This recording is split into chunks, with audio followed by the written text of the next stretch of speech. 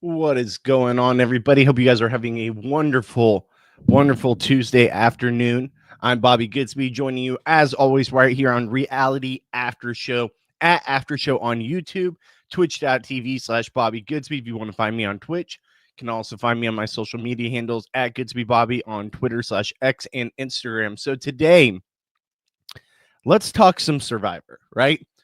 Survivor 49 has been a whirlwind. Let's be real.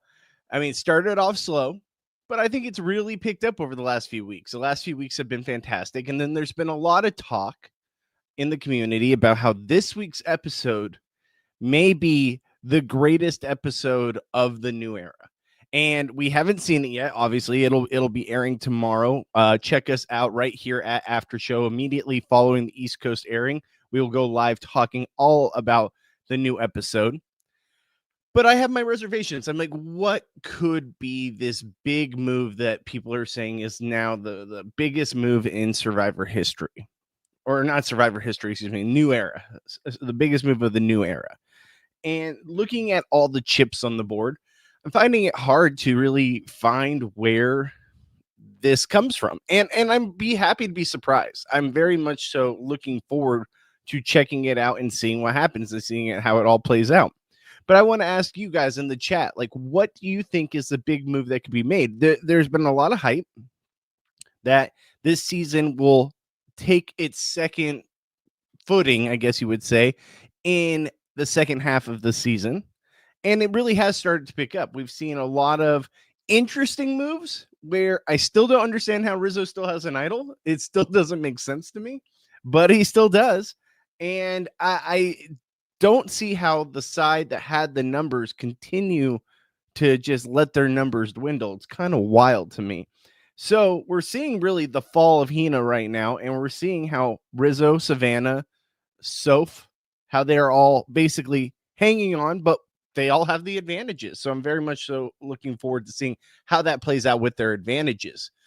Let's see here. We got at Nathan Sports Rush, I want to say this. Hey, Bobby, should Blue Sophie and Yellow Sophie join forces and take out Rizzo and Savannah? Well, yeah, absolutely. They have the numbers. Like, what I don't understand is how does Yellow Sophie get out of this, right? Because we know that she obviously doesn't want to work with old Hina. So the only way for her to go about it is to start working with the other side, which is Rizzo, Savannah, and Blue Soph. My question is, at what point with you turning on old Hina are you going to have less equity when it comes to the win potential, right? I would love to see a Blue Sophie and Yellow Sophie join forces, but I think they need Rizzo and Savannah right now. I don't think Blue Sophie has any intention to trade on Rizzo and Savannah right now because it's working for her. When you think about it and you look at the numbers, and I appreciate the comment, I just don't see a world where that's actually going to play out. Because if you look at the numbers, right, and you look at where Blue Soph is in this situation, she's always going to be target number 3 out of those 3 people, right? Out of Savannah, Rizzo, then Blue Soph. She's never going to be targeted ahead. Hell, even if you throw in Yellow Sophie in there and throw her in the mix, she's going to be number 4. So it's more advantageous for her to continue to work with that side. And she's the only one in the game that has a power that no one knows about. I mean, we're talking about she's in the best position possible, in my opinion. And I think she should continue playing this card, continue writing it out with Savannah, Rizzo, and then hopefully Yellow Sophie ends up joining forces with them. The people I have the biggest question marks with, and if you guys want to get your questions read live, if you have any questions about Survivor 49, anything you want to get off your chest, I'll read your guys' comments live here on stream. So I appreciate all the commentary. The problem I have is Sage and Jawan. For everything that happened last week with them essentially not using their idol, or not using their idol, excuse me, not taking out Rizzo's idol, it made no sense to me. I didn't understand where it fell in line for them to take that shot, right? Like, they should have clearly at least flushed the idol minimum. And in the best case scenario for them, it would be take Rizzo out because he doesn't play his idol. So the fact that they took out Alex of all people, and Alex, yes, I get that he was floating the middle, but who was really riding high on the Alex train? It was Rizzo, and Rizzo was the one getting into everyone's ears. So wouldn't it be more advantageous for you, Rizzo, if you guys teamed up with him and took out Alex? So what I don't understand is if you're going to be like, okay, fine, we'll let Alex go. That makes sense. He's playing the middle, both sides, but we at least need to get rid of this idol, right? We at least need to take a shot here. So if you look at the numbers, and I got to remember off the top of my head. So we had Steven, Christina on one side, and Alex essentially on one side. Then you had Sophie. Here, I'll do it on this hand. Sophie, Jawan, Sage, Rizzo, and Savannah. So if you would have had Sage and Jawan go the opposite way and do 5 against 4, essentially, if I'm doing my math correctly here. I'm trying to do this on the fly.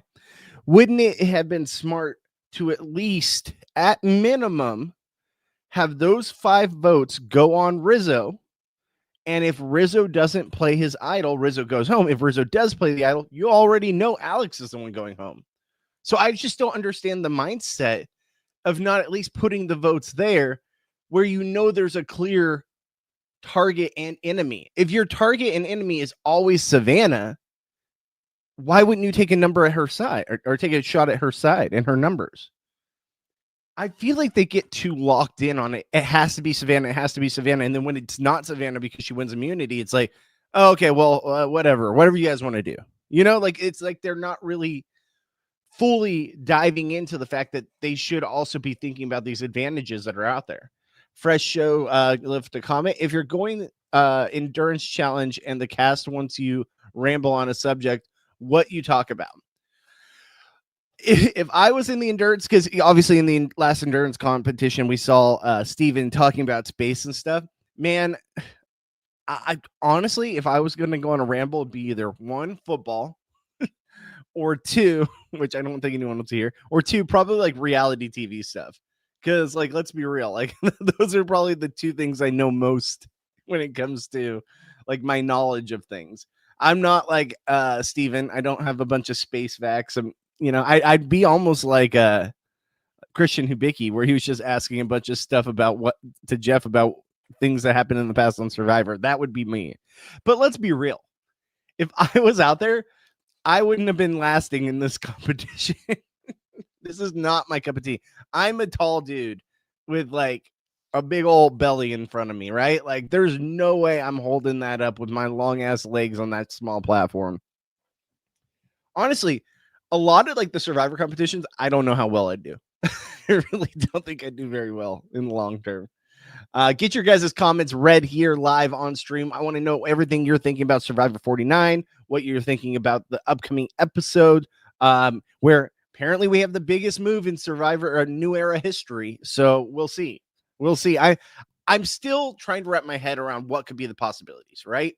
Because we have obviously one side in the old Hina that is kind of outnumbered right now, right? And I understand people will still say that Savannah and Rizzo and Soph are kind of on the bottom, but I really don't think they're on the bottom. And I would argue that they're absolutely not because of all the advantages that they have at their disposal.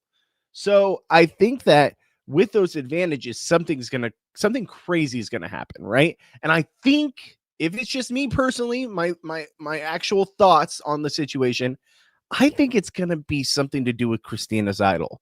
I think Soph takes the shot and because we saw Alex tell Sage, or no, sorry, was it Steven? Steven told Sage last episode about Christina's idol. Somehow does that information from Sage get back to Soph? That's where I think we're going to have to see that context play out. Or maybe it's something to the extent of Sage tells Soph and Soph takes the idol and takes the shot. It's just Sage. I don't know. Something's going to happen. Something crazy is going to happen. Nathan Sports Rush says, Bobby, would you give away your food reward? Absolutely not. And I talked about this on the podcast, right? No matter what you do, it's not a good look giving up the reward, right? And I understand Christina probably got away with it, but in the longevity of it all, how many times have we seen that play out where someone's like, I want to give my reward to this person because I feel bad for them or what have you, or use it as a game move, and it's completely backfired in their face. Like Christina's lucky that it came off more as like a motherly instinct, I guess, like you would say, like she just had compassion for the person. Um, where it didn't look, and maybe we'll see in the next episode, maybe I'm wrong, maybe it did come off, poorly, and we just didn't see it in this last episode.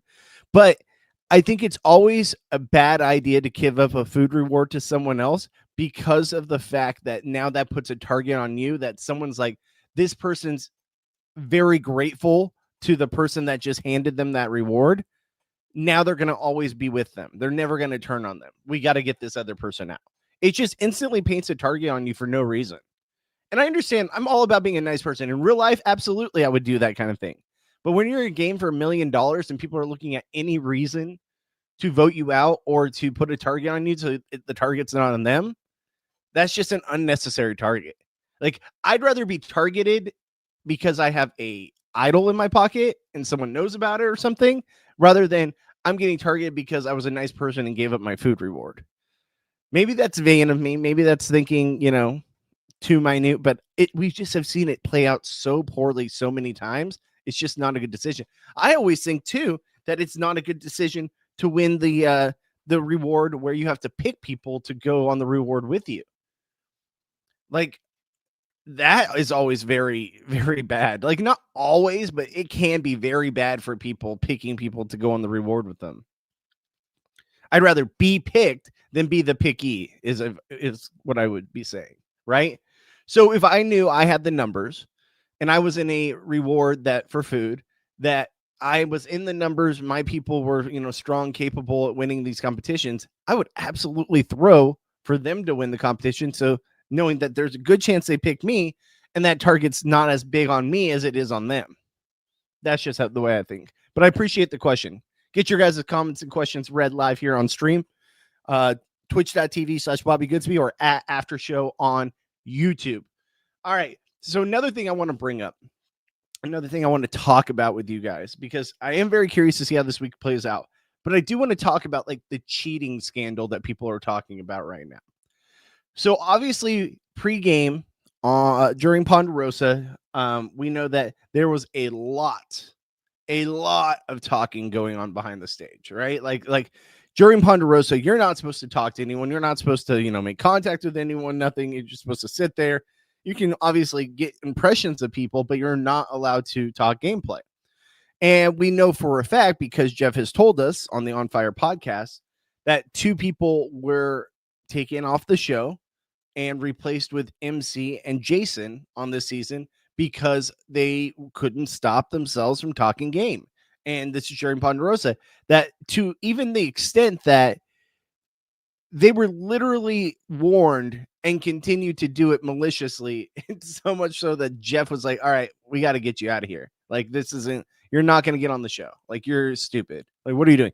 First off, what the hell is your guys' problem if you go and just think you have to talk game that quickly? Like, one, it's probably going to look bad because other people are going to notice it. And 2, it's ruining your chances of ever even playing the game. Like, no chance these people ever have a chance of playing the game ever again. Like, you have a very finite opportunity to play any of these reality games. Some people would be jumping at the bits for the experience and the opportunity to play these games. And you're out here just talking and trying to scheme before the game even started. It's wild to me. So I think that with those 2 people gone, then apparently there was a third involved. Now, we don't have any clarity on this situation. We might not until after the season ends. But there's a lot of talk that Sophie Yellow was also involved in the talks, but that they didn't have a third replacement for the alternate to be able to replace her. So I guess she was the lesser of the 3 evils, and they let her play. Now, like I said, this is all alleged. We're not sure if this actually happened, but this is what's being talked about. And then people have also said this may also be a reason for her poor edit at the beginning of the season. Now, I feel like her edits come around, so I don't know how much I believe in that theory, But she did have a poor edit to begin. But let's be honest, a lot of people in Old Tina had a poor edit to begin because they just never went to tribal council. So it is interesting, and I'll talk more about it in a second, but let me get to this question. Bobby, did you see the extra footage of the schoolyard pick? Did you find it weird that Blue Sophie was left out? Is Blue Sophie another Survivor 49 Eva? So I heard about it. I had people talk to me about it and tell me about the schoolyard pick that they showed, which why can't that ever be in the episode? Why can't we just get the schoolyard pick in the actual episode? Like, I'd rather that than 20 minutes of people just standing there in an endurance competition, right? Like, I'd much rather see the schoolyard pick and the drama that comes with it. So I'm at least grateful that we got the extra footage of it, because I do feel like the extra footage at least gives us something. And I will definitely go and watch it. But from everything I heard, yeah, I'm very interested to see why Sophie Blue was left out, because I think that Soph is one of the stronger people there. I don't know. It was just an interesting one not to pick. And like I said, I still got to watch the video. Do I think that she is another Survivor 49 Eva? I wouldn't say so. Are you saying like maybe a 1 vote finalist, or what's your opinion on what compares her to Eva? Because I see them as completely different characters. I think Sophie Blue, or Soph, is way more game compatible when it comes to like the strategic gameplay. Eva was just like, I'm gonna be all team friends. I'm not cutting my friends. I can't lie, which to her credit, that's something she can't do, because she said that being on the spectrum, that's something she struggles with. But like, I see way more gameplay from Soph, where I didn't see as much highlighted gameplay from Eva. Eva is well liked, but not going to win the game. I wouldn't put Soph in that category. I think Soph can absolutely win. I really do. I think Soph has a very good shot of winning. One, she's got the oh my gosh, what is the name of that power that I'm blanking on right now? Knowledge is, oh my god. Knowledge is power. No, what am I can't think of the word. Why am I blanking on this right now?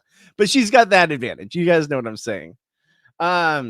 And I think that she could absolutely do something huge with it. I think that she is capable of finding out where that knowledge is power is right. Okay, thank you, because I started second guessing myself.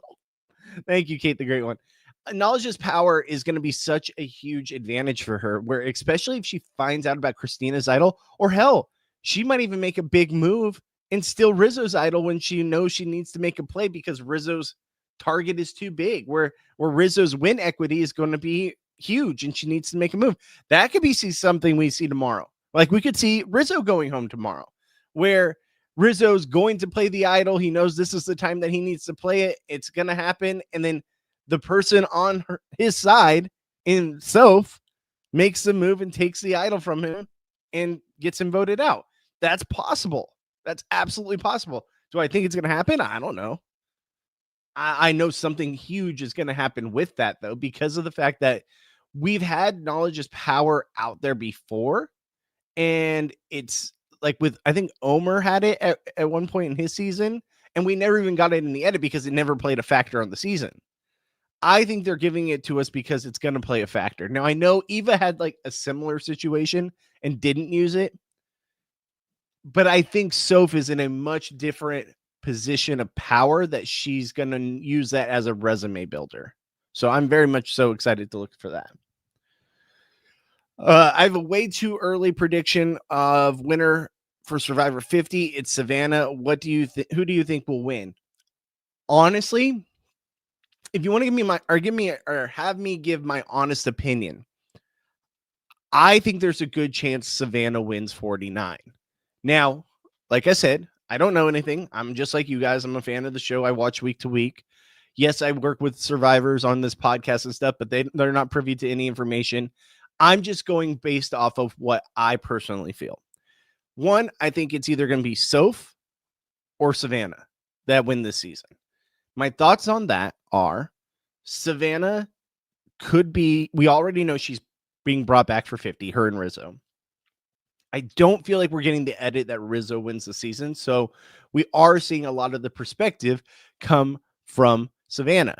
So my thought process is, if you look at the cast for Survivor 50, we have 2 winners and 3 tribes. Wouldn't it make sense to have 3 winners out there? One on each tribe. Now, granted, I think the tribe division's out there, so I'm not 100% sure if that maths. But even so, it would make sense to have 3 winners out there. Just 2 seems like a weird number regardless. So let's say Savannah wins 49. I am very curious when she gets onto 50 if the people out there with her on 50, because of the fact that her season obviously hadn't aired when that was filmed and no one really knows anything about her and Rizzo, will that information be revealed to the rest of the cast? We saw it with Russell in Samoa right before Heroes Villains, where people didn't know how far he got. Were they knowledgeable? I'm not sure. But the thing is, I'm very curious to see with Savannah if that information is out there that she is a previous winner and she doesn't have the connections that everyone else does, because these people have all known each other for many, many years, or, run in the same circles. Savannah's a new player and possibly a new winner. I think Savannah could go out early. If Savannah is the winner of 49, I think Savannah will have a huge target on her back if that information is out there to the players of 50 that Savannah was the winner of 49. Does that make sense? I could see her being first one out, because let's think about it. Look at Tina. Tina was on All-Stars, was voted out right away because she was a former winner. I think we could have a revolving door for Savannah because no one knows her in the community since she is a new player. And let's say she wins 49, I think she could be first one out or an early boot. Absolutely. I don't see her winning. I don't see her winning 50 if she wins 49. I don't see any of the winners from the previous seasons winning if they've, Survivor 50. I think that there's going to be too many people wanting to target those people and get them out because it's their possible last chance at winning. These people have already done it. They don't need it. They don't need to be here. We want someone who's not a former winner to win this season. So I'm hoping for great things for 50. Obviously, wasn't a huge fan of the cast, but I absolutely am hoping 50 is, as hype as we hope it can be. Oops. 1 second, guys. Let me switch over here. All right. Freaking Fairplay. Fairplay just posted, he posted a few days ago, the comparison to Vanessa from Squid Game to Baddison. You can't unsee it. All right, let's see here. I saw that clip of Yao-Man diving for an immunity idol and crashing Johnny Fairplay's face into the boat. So Fairplay says, obviously that's what made him leave, not the whole, I miss, my girlfriend or fiance or whatever it was at the time, and the fact that she's pregnant and all this stuff. Like, it wasn't that. He's very much so made it clear that he was in a lot of pain because of the Danny Bonaducci throwing him over his head and breaking his jaw and all his teeth and stuff. So he had just had surgery right before that happened. And then when Yao-Man in that clip jammed his face into the side of the boat, it completely messed up everything with his surgery he just had. So he was in a lot of pain and they weren't going to give him any medicine for it. So he was like, peace, I'm out because this is too much. I can't do this. So I watched that recently too, and it's pretty funny to see. So back to the cheating thing, right? The cheating scandal for Survivor 49. So we had the talks of the 2 that were eliminated early. We had the talks of, Sophie Yellow being a part of that cheating scandal.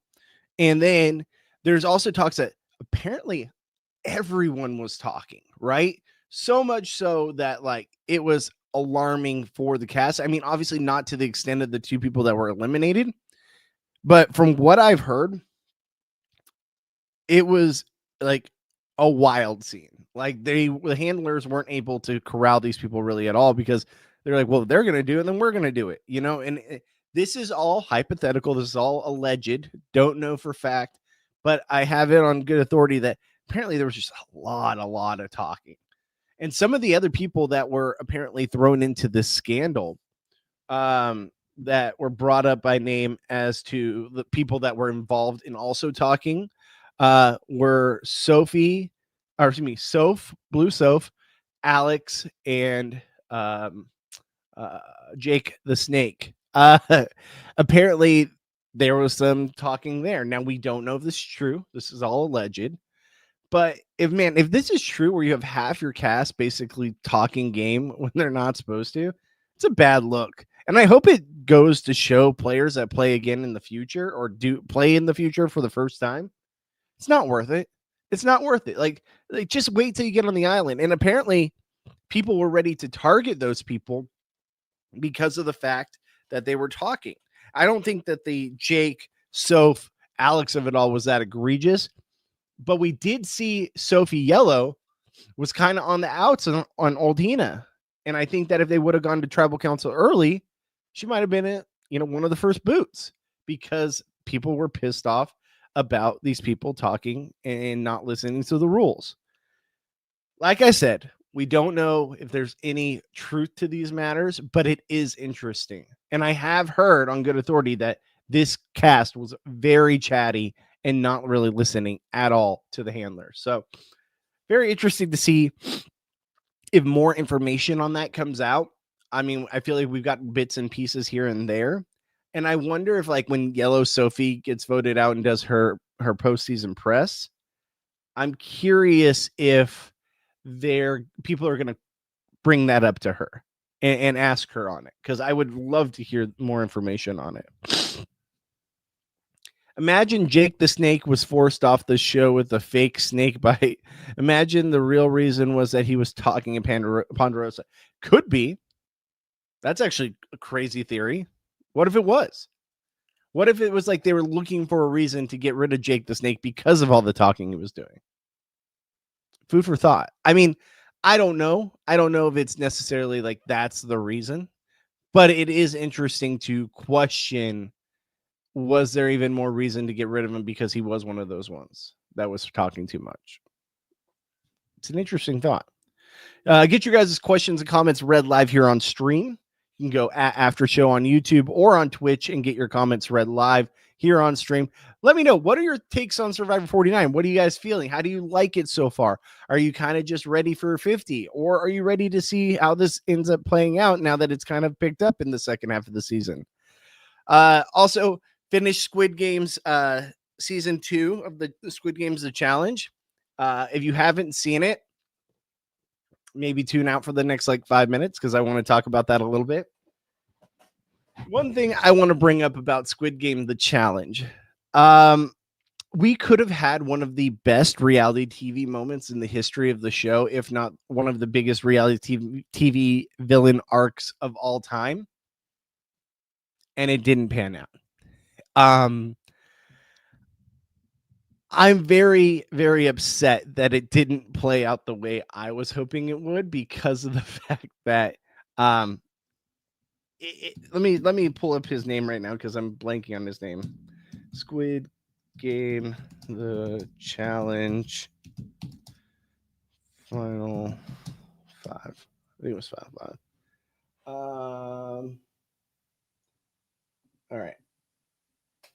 All right, so Final 5. Why am I blanking on his name? All right, where is it at? Trinity.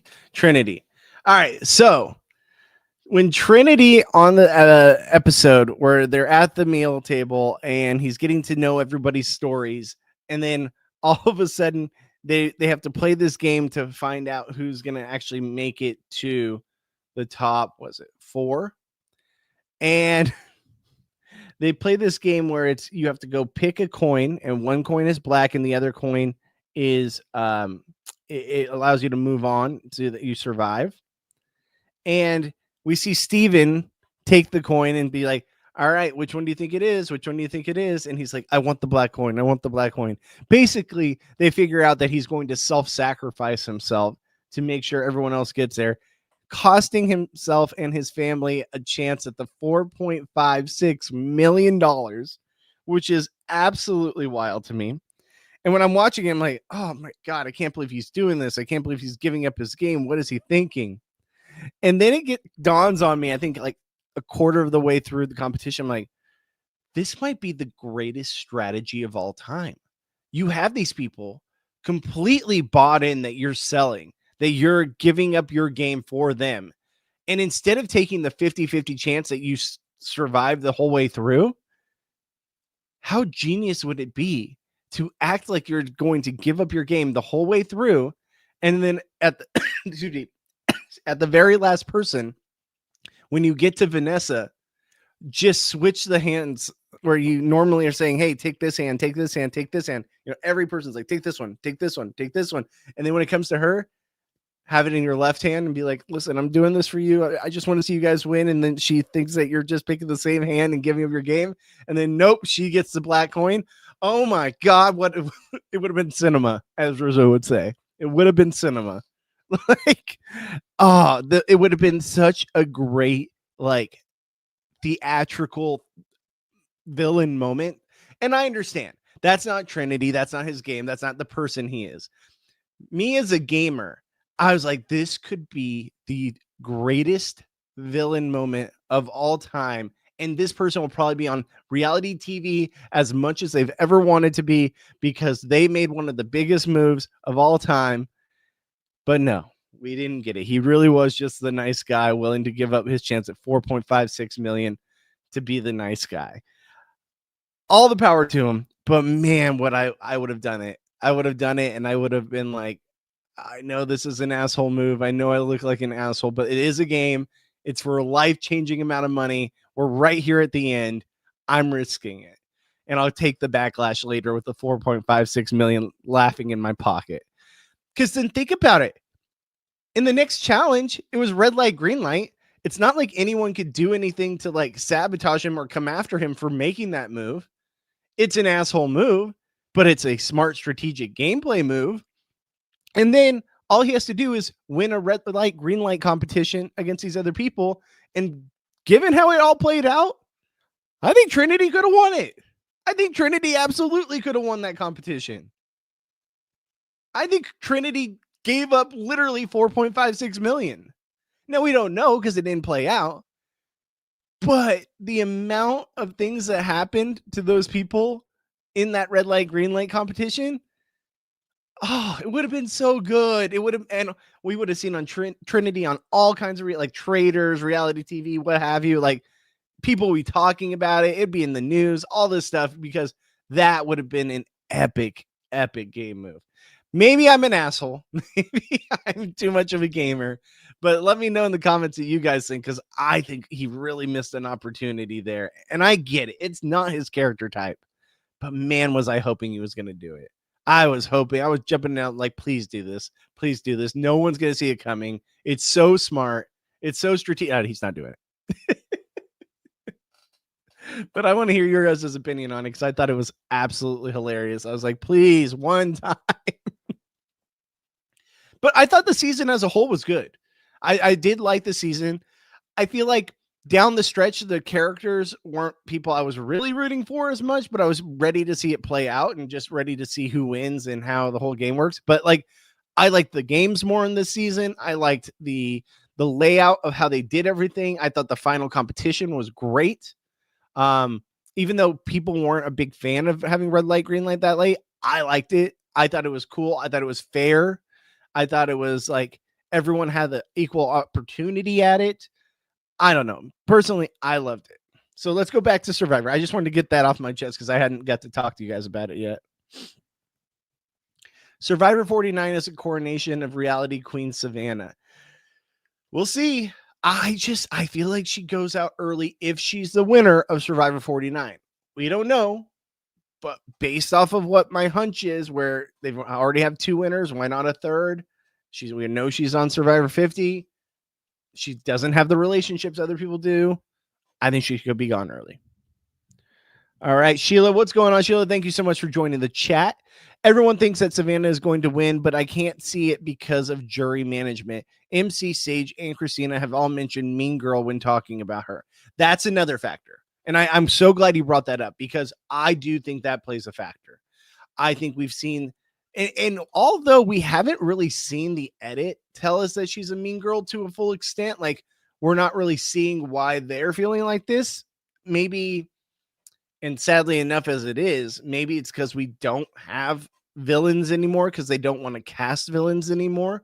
That instead we have, unfortunately, this type of female archetype that I don't think is right. That's a, a pretty woman, like probably was a cool kid, probably was, fit in really well in high school, and you got other people in there that maybe didn't have that same luxury, and so they're able to point the mean girl aesthetic on her based off looks and what she says. I don't know. I that's just me articulating what the edit hasn't shown us, but what we're getting from their commentary.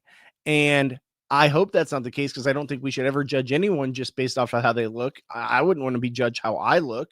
So I don't think we should judge other people like that. I want to know the person as the person. But then again, maybe she is saying stuff out there or being a certain way towards these people, and we're just not seeing in the edit because maybe they're wanting to give her a better edit because she is on 50 and because she is the eventual winner. That is something to be brought up as well, where there's absolutely protecting the winner or protecting the assets of people that are going to be on 50. I do think that plays a factor. So there could be more to that when we get there. And maybe we still haven't seen it. But I do think there's more to that mean girl that was mentioned, that we need to find out more information on that. But I agree with you. I think that, Sheila, you bring up an awesome point, that how is the jury management going to work with MC, Sage, Christina, when they've all mentioned that they find her to be a mean girl? Now, it could also be, hey, I think you might be a mean girl. I might not get along with you, but game respects game. And you've won all these immunities. Maybe you made a big move down the way. We have seen in the past where people are able to look past, their biases or what have you to, crown the best winner of their season, because they want their season to be like, yeah, the best person won. Not just, oh, I didn't like this person, I'm not going to be bitter. I want to give it to the person that played the best game. Now, we can see bitter, and I feel like bitter happens more than that. But there is a chance that she could still win. And I do think that there's absolutely a reason for people thinking that she's the winner because of the fact that we know she's on 50. And a lot of the perspective of the season has come through her opinions on things, where we've got it narrated from Savannah the majority of the season. So I do think that plays a part in it. I still personally think it's going to be Soph, based off of what I've seen and what I feel. I just think it's going to be Soph that wins. But I think that number 2, and it's probably like a 1A, 1B, is Savannah. Outside of that, I don't really see any winner edit for anyone else. Do you see anyone else that has really a winner edit? And I'm not saying Soph's winner edit looks great, but I think she's at least in the final 3. And if she makes a big move with the knowledge is power, there can absolutely be something that happens there. I don't think Rizzo's winning. We just haven't really got a lot of the perspective coming from him. A little bit. I would say more so in this last episode with the whole Alex thing, where he seemed to be the driving force to get Alex out. But even then, I feel like we still got other people's perspectives on the situation. I think that CBS loved him because of the fact that he was a mover and shaker and didn't use his idol for as long as he did, and kind of had the cojones to not use it. And as far as the others, like, I don't think Christina's winning. I don't think Jawan and Sage are winning. As much as I do like them, I don't think they're winning. Steven, maybe, because he's gotten a little more of the Hina edit than anyone else. Sophie Yellow, maybe. We're finally starting to see more of her, but I feel like we would have saw a lot more at the beginning of the season. I have a really hard time finding anyone from old Hina as the eventual winner of this season. So I think it's either Savannah or Soph, and those are my 2 that I'm really like keyed in on. Fresh Show says, why did Savannah tell Blue Sophie that she was a secret reporter? Rizzo doesn't know Savannah's secret. I just think Blue Sophie is in really good with a lot of people. I really do. I think Blue Sophie has a way of talking to people that makes her just approachable. I think she absolutely is nailing the social game, because we're also seeing Sage come up to her and talk to her about game. We're seeing Sophie Yellow come up and talk to her and talk game. Savannah's telling her about being a reporter, which she doesn't have to do and didn't even tell Rizzo. Like, and Rizzo feels good with her. Like, I just don't think Soph Blue is in a bad spot at all, and possibly in the best spot in the entire game. I really do believe that. I think that Sophie Blue absolutely just has the awareness of the social interactions that make people feel comfortable with her, but also the game savviness of being the only one in the game to not reveal her freaking advantage. Why? Why do people have to continue to reveal the advantage? Like, Savannah even told Sophie about her extra vote that she has. She could have kept that just between, told Soph that, excuse me. She could have kept that between her and Rizzo. Like, her from day one, number one. But no, like, she told that information to Sophie as well, Sophie Blue. And it's now knowledge that she has about where all of the advantages are, except for Christina's idol. And I feel like that's going to play a big part in tomorrow's episode. I really do. I think something about Christina's idol is going to come into play. So we will see. We will see. I'm feeling like if this episode is going to be so grand and so big and such a monstrous move, the only thing that plans out in my head has to be Soph does something. And I really think it's Soph does something with the knowledge is power. I don't know how the extra vote would be playing such a huge factor. I think something could happen with Rizzo's idol. Something crazy is going to happen, and we just don't know what it is. Also, my wife messaged me last night when I was at work. She's like, I want to go to this Christmas tree lighting thing and like caroling and all this stuff tomorrow. Can you miss the show? And I was like, in my head, I'm like, of all shows for me to miss, it's this one where it's apparently the biggest move of the new era. I'm like, crap. I was like, I really need to do the podcast. I want to do all that stuff though too. So I think what I'm gonna do is looking at the schedule of like the Christmas lighting and stuff, because I'm West Coast, right? I'm California. And we usually, for me, I have to watch the East Coast airing because we podcast right after the East Coast airing. So I have to usually watch the episode on this platform and at like 5:00, and then ends at 5 or 6:30, and then we go live at like 6:45 my time. So what I'm thinking I'm gonna do is I think I'm gonna try to. I think it starts at like 4 for the other thing, for the Christmas lighting thing, and then goes to like 6:45. I'm going to try to go do all that stuff and just be like watching it while doing those things on my phone, and then rush home to come and do the podcast. I'm really trying to make everyone happy here, right? Like, I'm really trying to make it my wife happy so she's not upset that I don't go to the Christmas tree lighting thing, which I want to go to. Don't get me wrong. It just happens to fall on the one day. I'm like, please, no, not that day. And then also I want to, do my commitments to the podcast by being here and being the only one who comes to every show for Survivor After Show. Even though I get eviscerated in the comments sometimes by people saying I'm too negative or I'm too whatever, I'm like, at least I'm the one who always shows up, right? Like, Fairplay will miss a couple episodes, Gabe will miss some episodes, but Bobby's is a constant, okay? Wayne misses half the season, but I try to be there, guys. I try to make sure I'm always there. Plus, I'm the producer, so I got to get everything set up. But yeah, no, I'm gonna try to make it work to make everyone happy and be there for the show. So what else you guys want to talk about for Survivor? Because I feel like there's obviously a lot going on. I feel like we're gonna have a lot more to talk about after tomorrow's episode. Also, I do want to throw this out there too. I apologize, I never got my video up that I was gonna work on Thursday, Friday. Just crazy work week, and I wasn't able to get it done. And I kind of figured, it's like, I got a bunch of the clips set up, I got the thumbnail set up. I think I'm gonna save it to do like this week's big episode. I'm gonna do that as fast as possible and get that up. So look for the Couch Critic episode to come up on this next weekend. I know with the holidays and stuff, I'll have a little bit more time, so I'm gonna be trying to rush that out there. So we'll see. I'm predicting Rizzo will be booted from the show tomorrow. That's kind of where I'm leaning. I'll be honest. Like, I feel like if there's something crazy that's going to happen, it might be Rizzo. It might be Rizzo going home. It's either, I think that like Rizzo maybe plays his idol for Savannah, and maybe they're expecting that Soph will then take Christina's idol and play it on Rizzo, but maybe she just takes the idol and just doesn't play it for him. I don't know. Something happens, right? We don't know, but something crazy is upon us. And we're only 24 hours, a little over 24 hours away from finding out. But the amount of people talking about this and how this episode is what really propelled Rizzo and Savannah for 50 and propels this season into a certain direction, I'm interested to see how that plays out, because I want to see if the juice is worth the squeeze, if the hype is actually real.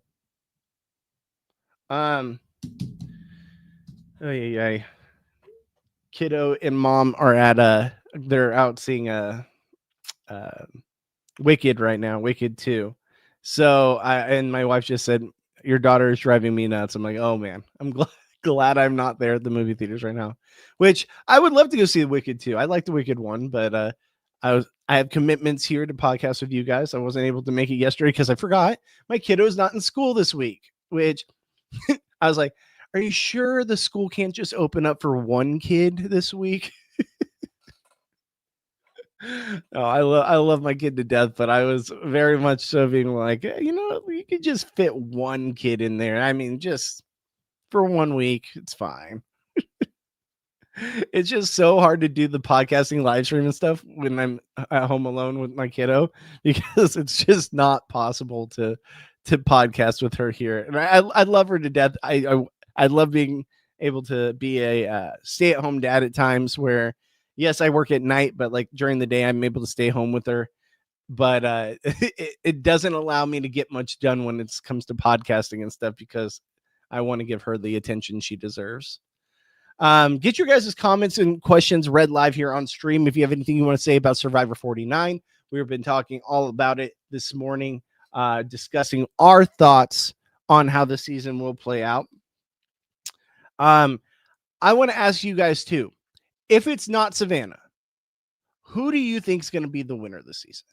Who do you think has the longevity? Who do you think has the jury equity at this point to possibly win the season? You all know where I lie, where I really still think it's going to be Soph. I still think it could be Savannah. I think Savannah is a very popular pick. But if there was anyone else, who would be the person that you would think could win the game? I think a lot has to play out. I think a lot has to play out in the right direction. I think that Rizzo could, but I don't get a feeling it's happening, because I feel like he's going to get taken out at some point. Hot Grim Reaper said, if not Savannah, I'm predicting Steven. Steven's the one Hina person that I feel has the opportunity. And I wouldn't be mad at a Steven win. I just don't love that we haven't gotten a lot of Steven. And in this last episode with the whole space thing, and then Jeff's like, okay, I'm going to take over now. Thanks, Steven. Like, not Dodo at it, but like kind of goofball at it, which isn't necessarily always tied to the winner. Not saying it couldn't be. Look at Tony. But food for thought, right? Like, didn't give me full winner vibes, especially since a lot of the narration is not in his perspective. Also, when he's talking about how Sophie Yellow is like not socially understanding where she's at in the game, it's because she doesn't know. Like, how can you say that when it's like she's not privy to the knowledge that you guys have of her, and like that you wanted her to go home if it wasn't Rizzo? How is she supposed to know that? So I don't know. I could see a Steven win. If like there's anyone from Hina that I think could win, it would be Steven. But I digress. I still think that it's a slim chance. But I think it's a slim chance for pretty much anyone. Let's be real. I think final three, I could see Savannah, Sophie Yellow. Could we see it? Could like Sophie Yellow be like the the third person goat type of person, because maybe people just obviously don't have good reactions to her, and that's why she's always been on the outs, kind of, even on her own tribe. Something. 1 second, I just got to type this.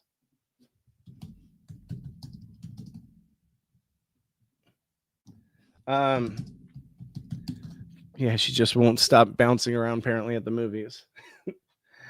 But yeah, I'm very much so looking forward to see how this pans out.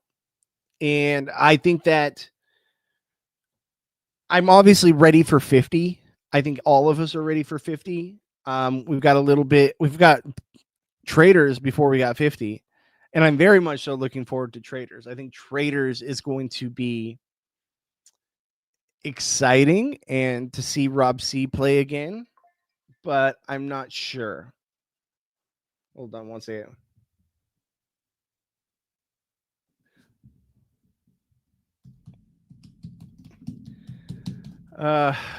Okay, so Kiddo's apparently off the deep end. I might have to go here, guys. I might have to go help mommy out because they're just getting back from the movies.